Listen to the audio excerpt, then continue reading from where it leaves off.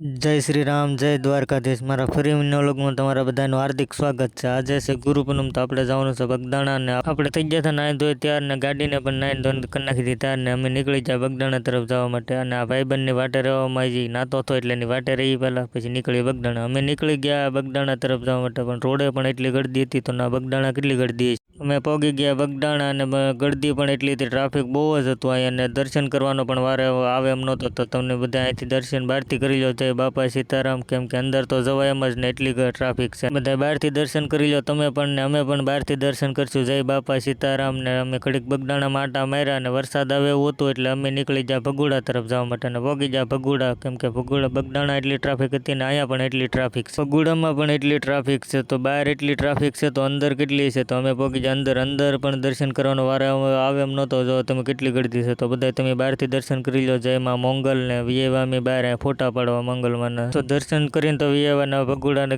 કરતી bye bye, કેમ કે હવે ઘરે જવાનું છે. વરસાદ આવે એમ છે ને ઘરે પક્ષ પલ્લી જઈશું તો અમે નીકળી જાય. મારો આ મિની વ્લોગ કેવા લાગે છે જરા કહેજો કોમેન્ટમાં. ફૂલ વ્લોગ જોવો તો આ ચેનલમાં આવી જશે, ચેક કરી લેજો અને મળીએ નવા વિડીયોમાં.